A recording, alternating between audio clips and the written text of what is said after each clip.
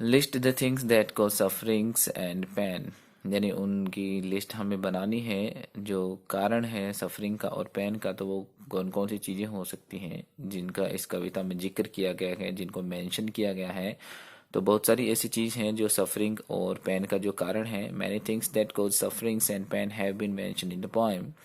The list of them is as under despondence, जो नीचे list दी गई है आप देख सकते हैं उनको। डर्थ ऑफ नोबल नेचर है, अच्छे स्वभाव की कमी। ग्लूमी डेज, वही ग्लूमी डेज, उदासी भरे जो दिन है, वही दुखियारी भरे जो दिन होते हैं वो। Unhealthy and over darken ways of human beings, जो ह्यूमन बींग्स के जो वेज हैं वो कैसे हो गए हैं, अनहेल्दी हो गए हैं और डार्कन हो गए हैं। तो ये जो लिस्ट है जो मेंशन करी गई है इस पोएम में। उसके बाद में है what is suggested by the image messy wet of uncle's wedding band, यानी अंकल्स वेडिंग बैंड का जो मैसी वेट है ये इमेज क्या सजेस्ट करती हैं। तो इसका आंसर है aunt Jennifer is a meek lady.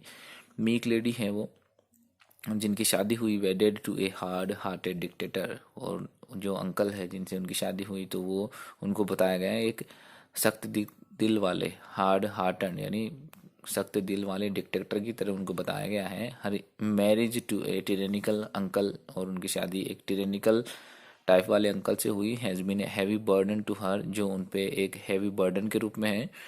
Which she must carry, और वो वजन यानी वो बोझ, शादी का वो बोझ उन्हें अभी भी कैरी करना पड़ता है। तो her married life has proved to be a virtual hell, तो उनकी मैरिड लाइफ काफ़ी हैप्पी नहीं रही, वो एक वर्चुअल हेल की तरह प्रूव हुई, साबित हुई। बढ़ते हैं अगले क्वेश्चन की तरफ। What does the poet want for the children of the slum, यानी स्लम्स के जो चिल्ड्रन है उनके लिए कवि क्या चाहता है। How can their lives be made to change, और उनके जीवन में कैसे परिवर्तन लाया जा सकता है। तो द पोइट वांट्स, कवि चाहता है द सोसाइटी की जो सोसाइटी है to provide them such opportunity, वह उन्हें ऐसे अवसर उपलब्ध करवाएं फॉर ग्रोथ, ताकि उनकी ग्रोथ हो सके, वृद्धि हो सके, as are available to the main stream children, ताकि जो मेन स्ट्रीम चिल्ड्रन है उनको वो उपलब्ध हो सके, मुख्य धारा में उनको हम जोड़ सकें। या और बच्चों को जो फैसिलिटीज़ होती हैं, जो अपॉर्चुनिटीज़ उपलब्ध करवाई जाती हैं, वही उन बच्चों को उपलब्ध करवाई जाए, ये कवि चाहता है सोसाइटी से। उसके बाद में है the children must be exposed to green fields and golden beaches, और इन बच्चों को क्या दिखाया जाना चाहिए जिनका जिक्र कविता में किया गया है। ग्रीन फील्ड्स, हरे भरे खेत, गोल्डन बीचेस, जो सुनहरे बीचेस हैं वो उन्हें दिखाए जाएं। नॉलेज शुड बी फ्रीली, और जो नॉलेज है should be freely made available to them, उनको फ्रीली अवेलेबल कराया जाए। They should be taken into the light of the sun, और उन्हें कहाँ ले जाया जाए, जो सन है उसकी लाइट में, उसकी रोशनी प्रकाश में ले जाया जा सके। From the fog of ignorance, किसके धुंध से, किसके फॉग से, इग्नोरेंस और निग्लेक्ट के फॉग से, ताकि वो ग्रोथ कर सके, ये कवि चाहता है। उसके बाद में अगला क्वेश्चन है what is sadness that poet refers in the poem, यानी सैडनेस जिसका कवि यहाँ पे रेफर करता है इस कवि में, तो वो सैडनेस है क्या। तो देखिए बढ़ते हैं उसके आंसर की तरफ।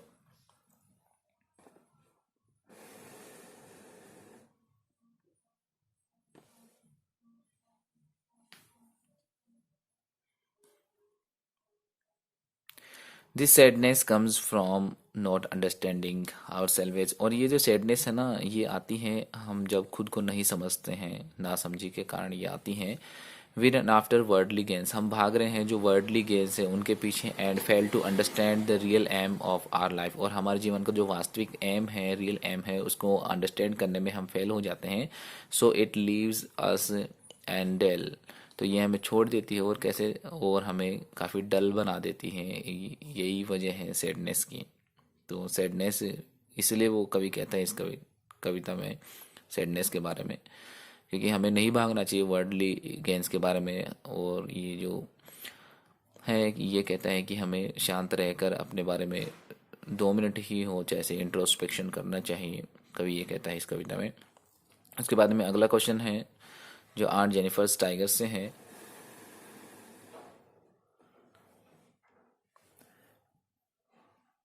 ऑफ वाट और home is art Jennifer terrified with the third stanza, यानी जो तीसरा स्टेंजा है उनमें जो आर्ट जेनिफर है वो किस चीज़ से और किन से वो डरी हुई हैं। तो aunt Jennifer still remembers the harsh experiences of her married life, यानी जो कटु अनुभव हैं उनके शादीशुदा जीवन के, तो उनको रिमेंबर करती है वो। Sorry, her husband has been cruel to her, और उनके हस्बैंड है काफ़ी क्रूअल रहे हैं उनके लिए। He has made her life burden to her, उन्होंने उनका जीवन एक बोझ बना दिया, बर्डन बना दिया है। Audience have come completely crushed her personality, और जो कहने का मतलब ऑडियंस है, मुसीबतें हैं, तकलीफ़ें हैं उनके, उससे उनकी जो पर्सनैलिटी है काफ़ी क्रश हुई है। It seems even death will not free her from fears, यहाँ तक कि ऐसा लगता है कि जो मृत्यु है वो भी उनको उनके फियर्स से दूर नहीं कर सकती।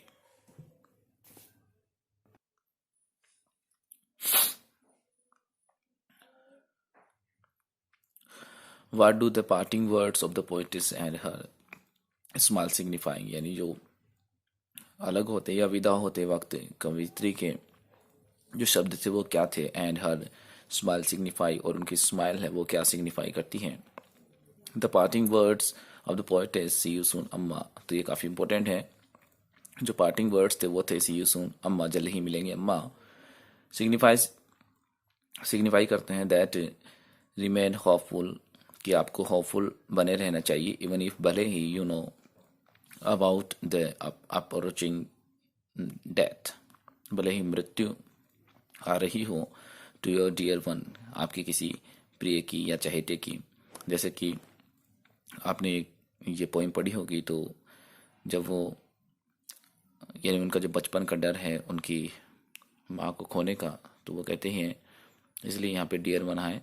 The smile of the poetess gives moral support to her mother, और उनकी जो मुस्कान है वो उनकी माँ को, poetess gives moral support to her mother to meet again soon, तो मॉरल सपोर्ट प्रदान करती है अपनी माँ को कि वो शीघ्र ही उससे वापस मिलेंगी। तो ये ज़रूरी भी है कि जब आप किसी से अलग हो रहे, विदा हो रहे हो, तो रोने की बजाय अपने को ऐसा कुछ कहना चाहिए, और ऐसा कहते भी हैं जनरली कि जल्द ही मिलेंगे। तो रोना नहीं चाहिए उस वक्त, क्योंकि उससे अगले को काफ़ी बुरा फील होता है।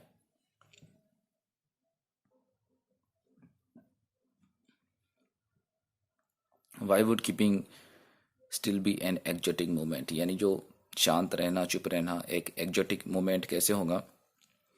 It would be an exotic movement because all human activities will stop, कि जितने भी ह्यूमन एक्टिविटीज़ हैं वो रुकेंगी।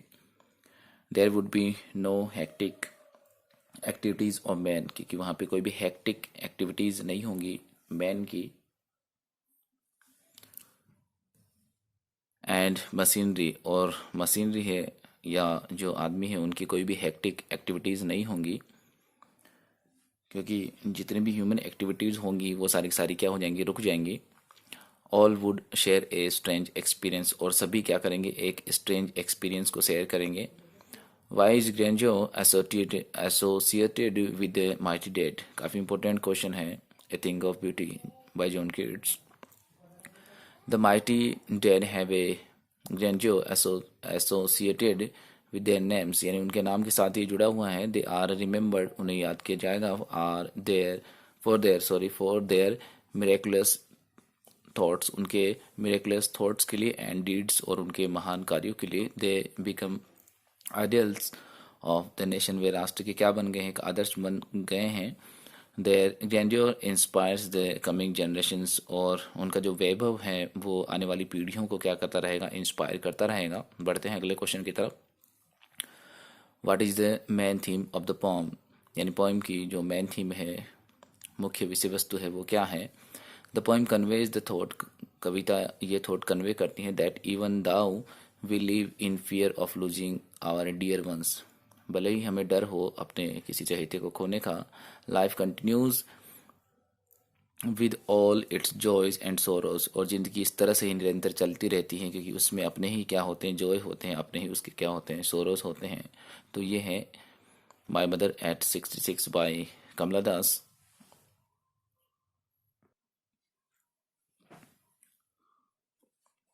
What message does the poet convey through this poem, यानी इस कविता के माध्यम से कवि कौन सा मैसेज है वो कन्वे करता है। तो देखिए, the poet conveys the message that adversity, कि जो कवि ये संदेश कन्वे करता है कि जो एडवर्सिटी है अफेक्ट्स ए चाइल्ड्स बॉडी, वो एक बच्चे के शरीर को क्या करती है, अफेक्ट करती है, उसके माइंड को अफेक्ट करती है, यहाँ तक कि उसकी जो स्पिरिट है उसको भी अफेक्ट करती है, टू सच एन एक्सटेंट, काफ़ी हद तक, दैट इवन द ब्यूटी, यहाँ तक कि जो सुंदरता है, एंड गुडनेस, जो अच्छाई है, ऑफ द वर्ल्ड, संसार की, सीम्स मीनिंगलेस टू हिम, उसके लिए बेमानी लगती हैं। तो काफ़ी इंपॉर्टेंट क्वेश्चन है ये। एन एलिमेंट्री स्कूल इन एस्लम से ये क्वेश्चन है। स्टीफन स्पेंडर की बहुत ही शानदार कविता है और हर एक लाइन पढ़ने लायक है, बहुत ही शानदार, बहुत ही मज़ेदार पोइम है ये। उसके बाद में है, what is the theme of the poem, the what is the theme of the poem, ये 2 बार आ गया वर्ड। तो थीम है इसकी, इस कविता की, the theme of the poem is that moments of silence, कि जो साइलेंस के जो मोमेंट्स हैं आर नेसेसरी फॉर अस, वो हमारे लिए आवश्यक हैं, मैंडेटरी हैं, टू इंट्रोस्पेक्ट, ताकि हम क्या कर सके, आत्मचिंतन कर सकें, हम पॉन्डरिंग कर सके, थिंकिंग कर सके, एंड रिजुविनेट आवर सेल्वेज, और हमारे को वापस से रिजुविनेट कर सकें। This would bring us piece and happiness, और ये हमारे लिए क्या लेके आएगा, पीस और हैप्पीनेस लेके आएगा। कीपिंग क्वाइट से है, पेब्लो नेरुदा की बहुत ही शानदार कविता है। उसके बाद में अगला क्वेश्चन है, what is the central theme of the poem, यानी मुख्य थीम क्या है, केंद्रीय जो विषय वस्तु है कविता की वो क्या है। Celebration of beauty in all it's forms is the central theme of this poem, यानी हमें सेलिब्रेट करना चाहिए जो ब्यूटी है, जैसे वो किसी भी फॉर्म में हो, यही इस कविता की क्या है, सेंट्रल थीम है। और ए thing of beauty by John Keats, बहुत ही शानदार कविता। ब्यूटी इंस्पायर्स अस, क्योंकि जो ब्यूटी होती है वो हमें इंस्पायर करती है, and lifts up our burden souls, जो हमारी बर्डन सोल है उसको भी काफ़ी लिफ्ट करती हैं। It is beauty it self, ये है सुंदरता ही है, विच मेक आवर लाइफ, जो हमारे जीवन को बनाती हैं, and also the world we live in worth living, और जो संसार है जिसमें हम रह रहे हैं उसको भी रहने लायक ये बनाती है। तो वो चीज़ है वो है सुंदरता, और हमें सुंदरता की हर एक रूप में क्या करनी चाहिए, प्रेज़ करनी चाहिए, तारीफ़ करनी चाहिए यही, और उसे हमें एक जश्न के रूप में लेना चाहिए। तो यही इस कविता की क्या है, थीम है। अगला क्वेश्चन है, और जो लास्ट क्वेश्चन है, काफ़ी इंपॉर्टेंट क्वेश्चन है कक्षा 12वीं के लिए। What is the main theme of the poem, Aunt Jennifer से है, आंट जेनिफर्स टाइगर। देखिए, the poem revolves around Aunt Jennifer and tigers created by her with wool, जो उन्होंने बनाए हैं वूल की मदद से, जो टाइगर्स उन्होंने बनाए हैं, और उनसे और आंट जेनिफर के इर्द गिर्द ही ये पूरी कविता घूमती है। इट इट ऑल्सो प्रेजेंट, यह भी प्रेजेंट करती है द कॉन्ट्रास्ट, किसको, कॉन्ट्रास्ट को, बिटवीन द क्रिएटर, चाहे से वो क्रिएटर हो, चाहे से वो क्रिएशन हो, चाहे से वो बनाने वाला हो, चाहे से उसने जो चीज़ बनाई हो, यानी सृजनकर्ता और सृजन, जो जिसने जो चीज़ बनाई है उसको लेकर काफ़ी कॉन्ट्रास्ट है इसके अंदर।